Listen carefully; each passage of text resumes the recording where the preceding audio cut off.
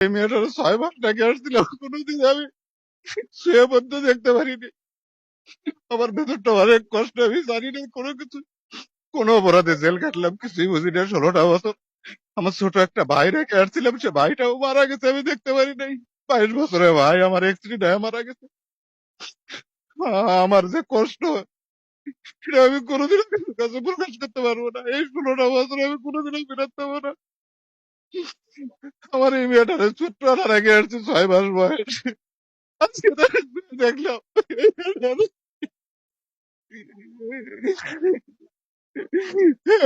আমার ওয়াইফ অনেক কষ্ট করে গার্মেন্টসে চাকরি করে এই মেয়েটাকে বড় করছে। রাত 12টা পর্যন্ত আমার এই wife, আমার স্ত্রী রাত 12টা পর্যন্ত গার্মেন্টসে ডিউটি করে, আমার খুলছাটা বাইরে যায়, আমি সহ্য করতে পারি না। রাত 12টা পর্যন্ত ডিউটি করে।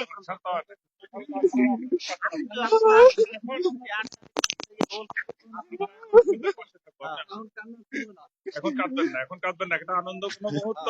আপনারা যদি আবেগে আপ্লুত হয়ে যান, আমরাও আমার আপনাদের এই সাথে বউ রাত 12টা পর্যন্ত ডিউটি করে আসছে, ভাগ করে এই মেয়েটারে লেখাপড়া করে, সবকিছু করে, আর কেউ দেয় না। সুন্দর করেন, সুন্দর করেন।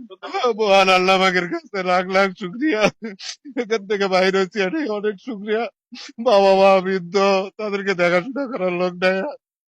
মুক্ত আকাশে ভাইরা আজকে আল্লাহ পাকের কাছে লাখ লাখ শুক্রিয়া, আল্লাহ পাকের কাছে আপনাদেরকে অনেক অনেক ধন্যবাদ,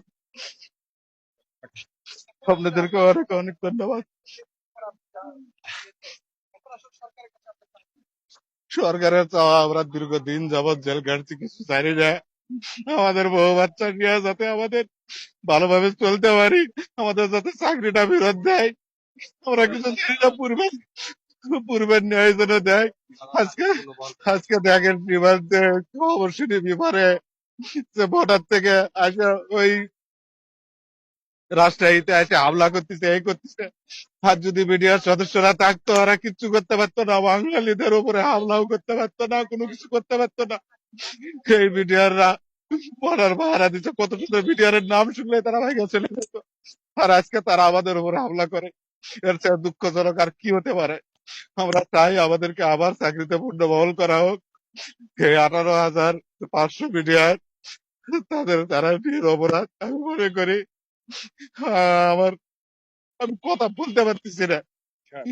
আমাদের যে চাওয়াটা, আমরা চাওয়াটা এখন বলে দিচ্ছি হ্যাঁ, ভাই। আমি সাধারণ